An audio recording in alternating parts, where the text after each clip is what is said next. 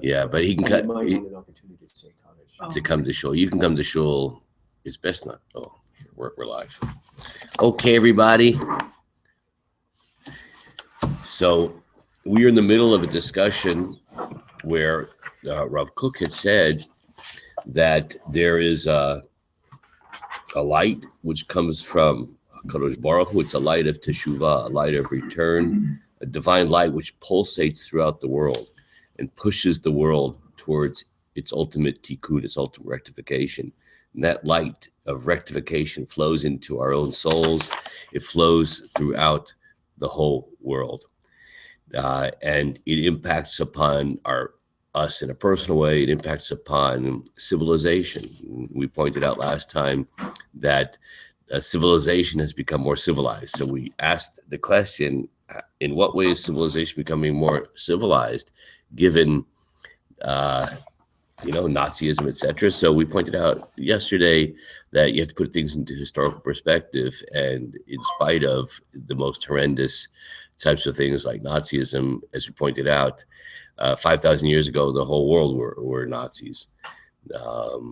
So even though it's kind of weird to say it, is somebody stuck out there? Yeah, Larry's playing with the key. I can go right there.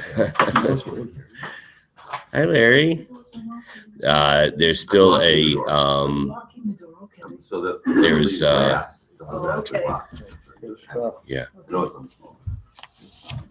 Relatively speaking, the world is moving forward. The world is moving forward. Okay, now what I want to now focus on specifically is the notion of the traditional Jewish notion of Yeridat Dorot, the decline of the generations, and how that kind of can be harmonized with this idea of elevation of evolution.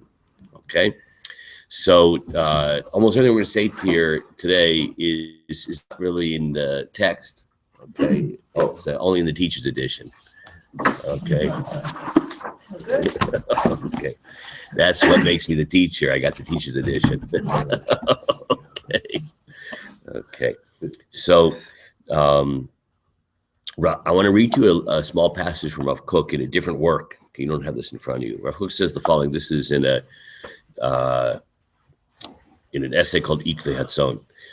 ברובעי תקופות ההיסטוריה אנחנו מוצאים חכמים נעלים יותר, נעלים גדולי רוח בדורות הראשונים, שאנו משתאים על גודלם ועוז רוחם. He says that if you look back in Jewish history, you find individuals that were just totally stunned and in awe of their greatness. And this is really true. Look at people. It's even true in the non-Jewish world that there are people that, like, when they were 7 years old, or like 10 years old, 11 years old, like wrote unbelievable, incredible works of Torah analysis, and even in the non-Jewish world, like composers who like. It was very difficult to grow up like that as a child. I'm sure it was a challenge for you. And now there could be kind of like, to a certain extent, sociological reasons for this, and perhaps, but Rav Kook's going to say it's a spiritual explanation. But just to touch briefly about the sociological reasons, I thought about this before. The way we structure society nowadays, it kind of prolongs being infantile. Okay. And as much as I think universal education is an important thing, but I think the fact that, like, you basically go to the school system, so that means basically until you're 17 years old, you're not expected to do anything, right? Because you're in school. And school, generally speaking, kind of fosters mediocrity. Mm-hmm. Right? It's not individualized. The demands are based upon kind of averages and things like that. And then after that, especially in America, you got 4 more years of not having to be an adult, right? Because you go to college, right? If you come from a certain socioeconomic, right? And when you're 35, right? And so basically, there's this kind of like prolonged adolescence until you're like, I don't know, some scary middle age, and then you go on Social Security and life is over. That's the story of life. So, but Rav Kook claims that there's a different explanation, that in fact it has to do with certain spiritual forces. Now, how does that work? So he quotes a passage from the Gemara. The Gemara says the following: Pnei Moshe ke pnei Chama, that the Moshe is like the sun, Yoshua is like the moon. Now, so what does that mean? Because Moshe is the source of the light, and Yehoshua is the reflection of light, derivative of light. So that happens to be talking about the relationship of Moshe and Yehoshua. But Rav Kook says no, that's like actually a description of a process of the generation. Well, how so? It's because of the following: that Torah is given at Sinai. That's Moshe, right? So that's the light, right? Now what happens is each generation, that light is transferred, right? That we say in Pirkei Avot, that Moshe Kibel Torah Sinai, Moshe received the Torah Sinai, U'Misaral Yoshua. He gave it to Yoshua. So give it off, it's like a little bit reflected, right? And then Yoshua gave the light to the Zikanim, the elders, right? And so now the light is a little bit more diminished. Zikanim l'Nevim, and then the elders gave it to the prophets, and it goes on and on and on until we have it, right? But that light, as it goes from handed down, so each time it's handed down, so there's a little bit of a diminishment in that light. Okay, so that's in terms of the notion of Yiridat Hadorot, the decline of the generations. So that's the normative way of viewing things, and it makes a lot of sense from a traditional point of view, right? But Rav Kook comes along and says, based on Kabbalah, that there's actually an opposite force happening too, and that's things are going up. Yeah, but how does that happen? So he says that the notion of the light going down, diminishing, that's in terms of our individual sort of spiritual capacities. So each of one of us, unfortunately, has a slightly diminished spiritual capacity as an individual relative to previous generations. That's why you don't find individuals who, as individuals, have these like unbelievable capacities as the previous generation, and so too down the generations. But it's not true of the klal, of the collective, of the totality. And he quotes a pasuk from Tehillim, Dor ledor yishabach ma'asecha. Each generation will praise your deeds, O Lord, right? That's in 145th Psalm. And now make a little play on words. Kol dor meshubach yoter mikodmo. Instead of dor ledor yishabach, every generation will praise. Every generation is praised. Every generation actually has, as a generation, a certain praise in it, a certain kind of actually advantage relative to the previous generation. So how could that be?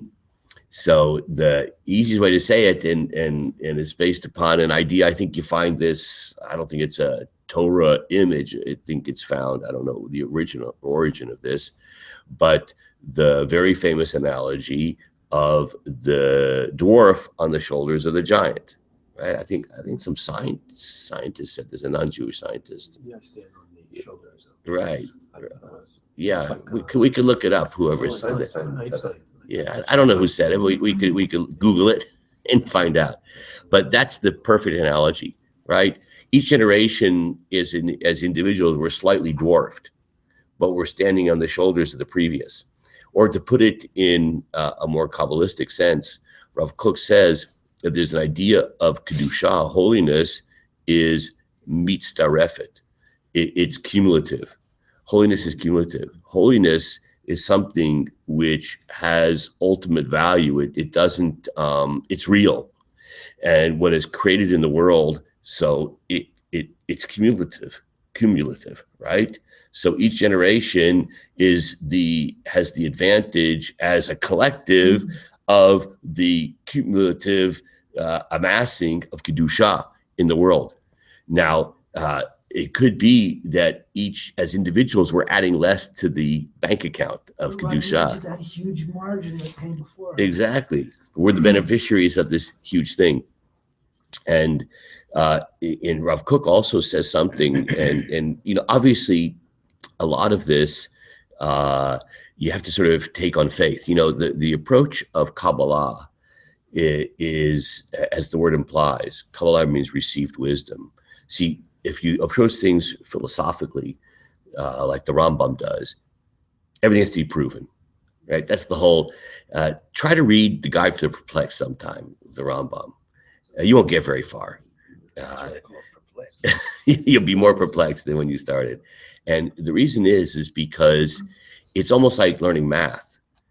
The Guide for the Perplexed, especially in the beginning. Third section of Guide for the Perplexed is much easier, where he just talks about the reasons for the mitzvot. But the rest of is to try to prove all of his assertions. What do we know about the foundations of Torah? And I'm going to prove to you that they're correct. You know, press the delete button, no assumptions, just based upon pure logic, and I'll prove to you that all these things are correct. That's the approach of philosophy. Okay, that's not the approach of I'm trying Kabbalah. to read Chavos, Yeah, and it seems a lot like that too. They're saying that they're going to prove everything. Yeah. logically. yeah, okay. So, That was before, right? I believe so, slightly before. Slightly before. I have to look up the dates. I think it's slightly before. The approach of Kabbalah is like the word says, Kabbalah. This is the received wisdom. So Kabbalah will cite sources like psukim in the Torah or in other places in Tanakh. That's not a proof. That's a reflection of a truth, right? This is the received wisdom. So the reason I say this is because we're going to make assertions here. Don't ask me to prove it, right? I have a Machutin, one of my sons-in-law's fathers is like, I guess he comes from Missouri, the show me state.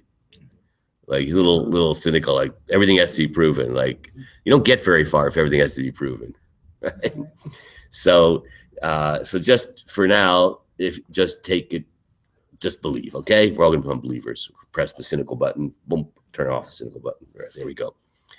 So sin is not cumulative, okay? So Rav Kook quotes a pasuk in Tehillim, Yit pardu kol po'elei aven, that all those who do sin, yit pardu.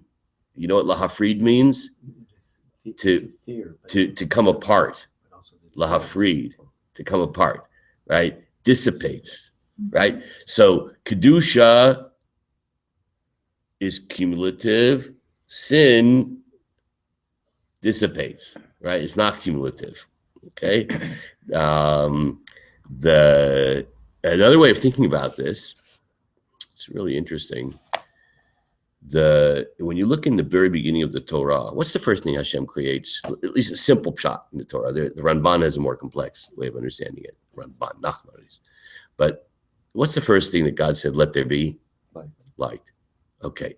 So right after Hashem says, let there be light, so the Torah says that, God then called the light day, right? And the darkness he called night, right? Yom Echad, that's one day. That's first day of creation. So, the Torah forgot to mention that God created something. Because it says, and then, that's a different question. Where'd the light come from? There's no luminaries. The luminaries are only created on Wednesday, right, on the fourth day. But that's a good question. Put that aside for a second. So, but in terms of that light, right? So that's actually the answer to Larry's question. Is it's a spiritual light. That's why our sages say that Kadosh Baruch Hu looked at that light and he hid it away for the tzaddikim. Yes. But in that actually you'll see will help us make our point. But just to get back to the point I was trying to make, is that so it says God said, "Let there be light," and there was light, right? And then God says, "Okay, light, day. Okay, darkness, night." But wait, so there's something missing in the text. No, I guess I'm not being very good. You're not getting the idea. What the Torah? There was a step that the Torah didn't. That God, a step missing in terms of God's creation. So God created the light and said, "Okay, now light over there. Okay, you're going to be day." And then create the darkness. Thank you. Oh my gosh! Did you have a cup of coffee this morning? Only tea?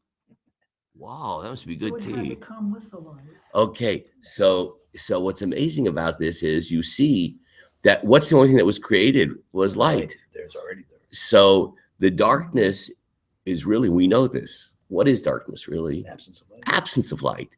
You see, that's why now we can understand why light, and now it goes back to the point you made before about light being, it's a spiritual light. So spiritual light, holiness is cumulative. You know why? Because it's real. So something that comes into being, which is real, which has substance, right? So once it exists forever. But darkness, right, which is just a metaphor here for impurity, sin, right? God saw the light, it was good. He hid it away from the tzaddikim, right? So if light is that special spiritual goodness, then by default, what's dark? Dark is a symbol for impurity. So the impurity, God, it's as it were, didn't have to create because it's the absence of light. It's the absence. So that has no substance to it. That's why when we sin, it's a really terrible thing, except for it's not cumulative over time in terms of the effect upon the generations. It's not Yit Pardu. That's what you call the pasuk, right? Yit Pardu Kol Avin. That Avin sin is not cumulative. Okay. That's why, my fine feathered friends, because we now live in the year 5,700, what is this year? 76. 66? 76. 76. Wow, that's a long time. So we've had the benefit of 5,776 years of the accumulated light, which is substance. It's real. It accumulates.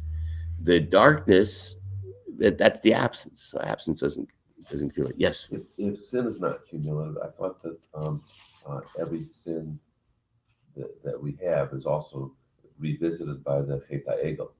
So then isn't that being cumulative? Yeah, that's only in the sense of justice, right? That's in terms of reward and punishment. You know what I'm saying? I'm talking about spirit, the mystical existence of an energy. See, let me try to explain the point better. Let's say, okay, press the mystical button. Let's look at things from a strictly like just physical kind of. I get a ticket for running, going too fast, speeding ticket. Go to the judge. I don't want to pay the ticket. Why not? Because what was. It was yesterday that I speeded, right? Why?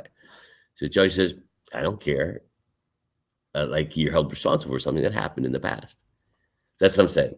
That in terms of reward and punishment, there's a liability responsible for bad things that happen. But in terms of the mystical substance of the sin, so it's an absence. It's not cumulative.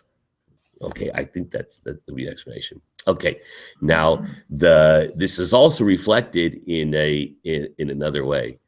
So we know that the Torah says in terms of really on that liability. You know what happens when we sin? So there is liability. What's the Torah say about that? Poked avon avot al banim val shileshim val rubeim l'sonai. That God is going to visit the sin of the fathers on the children to the third and the fourth generations, right? It goes on and on and on, right? But what does the Torah say about the thousands of generations? Oh my gosh, right? When it comes to when it comes to Kedusha, so the Torah says the following. V'yadat ki Hashem Elokecha Elohim, you should know that the Lord is God, Ha'el HaNe'eman, who's faithful, Shomer HaBrit v'Chesed Lo Avav, and he observes the covenant and kindness to those who love him, Lo Shomer Mitzvotav, and those who observe his commandments, Le'elef Dor, for 1,000 generations. Do you have the teacher's edition? No. It's like getting scary. So when it comes, those are psukim in the Torah. When it comes to sin the third generation, right? The fourth generation. Okay, so there's a liability.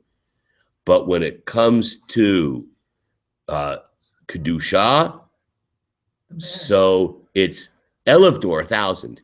And you know what 1,000 really means, Elef Dor? Forever. You also, you must have it at home. That's a conspiracy of the Steiners. Why would Okay. it say third and fourth? Why wouldn't it just say third or fourth?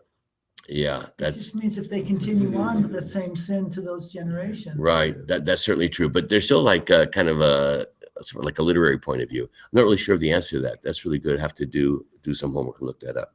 Okay, so just the bottom line is this is really comforting idea and very powerful and empowering idea that as terrible as sin is, that it's not cumulative, but Kedusha is cumulative, and we are, and humanity and civilization is the beneficiary of that accumulation, and therefore we have to be optimistic. But it's as Rav Kook explains, and we'll talk about it further later on. It's ganuz. You see, you don't always see it. You know, when you look at the current political race, you wonder, like, we're going up. I didn't notice it. Because we don't notice it because it's ganuz. So you're saying it's that hidden. like when we sin, it goes up and comes back down. It has an effect on the world, just as if we do a mitzvah. But you're saying, okay, that happens, then boom, it's done. But all the sins we do don't accumulate and continue to affect the world. Yet it does no. Yeah, it dissipates. Because we're doing it every day. It doesn't have a lasting Continue to sin. cumulative power. It doesn't go into some kind of spiritual Right. storehouse. Like a big demerit, yeah. like we have the merit of the avot that continues, and for we can, always, as long as that lasts. I mean, we get a lot of stuff from the merit of the avot that Mhm. we don't deserve, but that's their holiness that we're affected by. And we add to that. But We we're add, not dragging their sin along. with right. us. Correct. Only if we do it ourselves. Yeah, exactly. That's our own liability. Okay, we'll pause here and we'll continue on Yom Sheni on Monday.